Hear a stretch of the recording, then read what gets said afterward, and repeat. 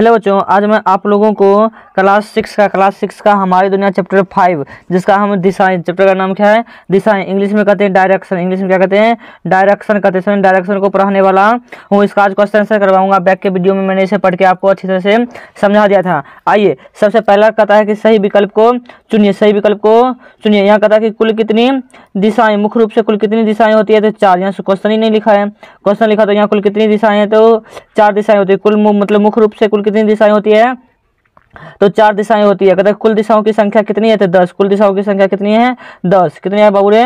10। अब अगला देखिए, अगला कहता है बंगाल की खाड़ी। बंगाल की खाड़ी जो है ना, बंगाल की खाड़ी किस दिशा में? कहिएगा दक्षिण पूर्व। किस दिशा में? दक्षिण पूर्व। आइए आप खाली जगहों को भरते। कहता है हिमालय पर्वत डैश दिशा में है, तो कहिएगा उत्तर दिशा में। कौन दिशा में है? उत्तर दिशा में हिमालय पर्वत है। कहता है उत्तर तथा पूर्व के बीच की दिशा को क्या कहते हैं? उत्तर पूर्व। क्या कहते हैं? उत्तर पूर्व। कहता है अरब सागर बंगाल की खाड़ी से डैश दिशा में गिरती है, तो पश्चिम दिशा में गिरती है। अब आगे क्वेश्चन कर रहा है कि आपके स्कूल के उत्तर दिशा में क्या है? तो आप देखिएगा अपने स्कूल के उत्तर दिशा में क्या है? तो कहिएगा मेरे स्कूल के उत्तर दिशा में पुराना बरगद का वृक्ष है। समझे?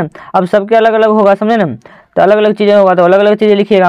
कहता ध्रुव तारा किस दिशा में नजर आता है? कहिएगा ध्रुव तारा ठीक उत्तर दिशा में नजर आता है। कौन दिशा में नजर आता है बाबू रे? उत्तर दिशा में नजर आता है ध्रुव तारा। समझे? अब अगर कहता है दिशा सूचक यंत्र का उपयोग कर दिशा की जानकारी कैसे करते हैं? कहिएगा दूसरा, दिशा सूचक यंत्र का उपयोग करते समय हम पाते हैं कि घड़ी की सुइयां उत्तर दक्षिण दिशा में स्थिर हो जाती है। उत्तर की ओर नॉर्थ, उत्तर की ओर नॉर्थ, और दक्षिण की ओर साउथ लिखा रहता है। साउथ को एस, नॉर्थ को एन लिखा रहता है। इस प्रकार उत्तर दक्षिण दिशा का ज्ञान प्राप्त कर हम अन्य दिशाओं का भी ज्ञात कर लेते हैं। मतलब कि अगर नॉर्थ और साउथ का पता चल जाता है तो ईस्ट और वेस्ट का भी पता चल जाता है। समझे ना?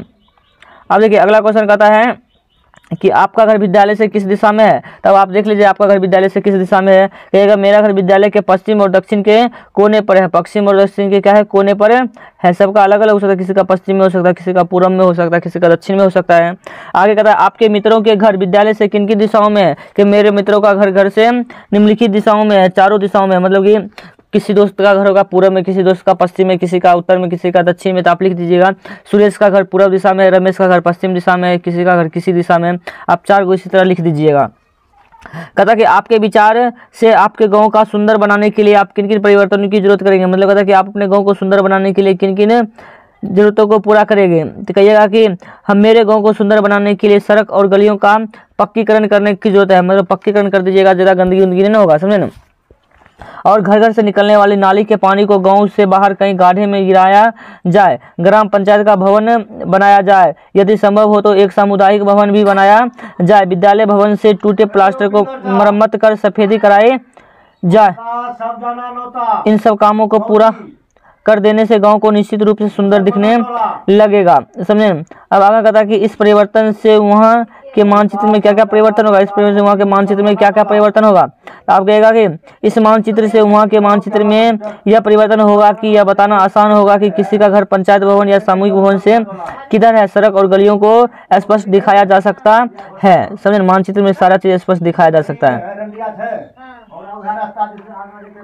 आगे कहता है भारत के नक्शे में से विभिन्न दिशाओं में स्थित स्थानों को पहचान कर दिशाओं के सामने उनका नाम संक्षिप्त अंकित कीजिए। देखिए उत्तर में क्या है? नेपाल, भूटान और था हिमालय पर्वत। नेपाल, भूटान था हिमालय पर्वत। दक्षिण में क्या है? श्रीलंका था हिंद महासागर। पूर्व में क्या? बांग्लादेश था बंगाल की खाड़ी। और पश्चिम में क्या है? पाकिस्तान, अफगानिस्तान तथा अरब सागर। ये सब है। अगर आपको ये क्वेश्चन आंसर अच्छा लगा तो आप मेरे चैनल को सब्सक्राइब कर सकते हैं और कमेंट करके हमको बता सकते हैं कि ये वीडियो आपको कैसे लगा। धन्यवाद वीडियो देखने के लिए।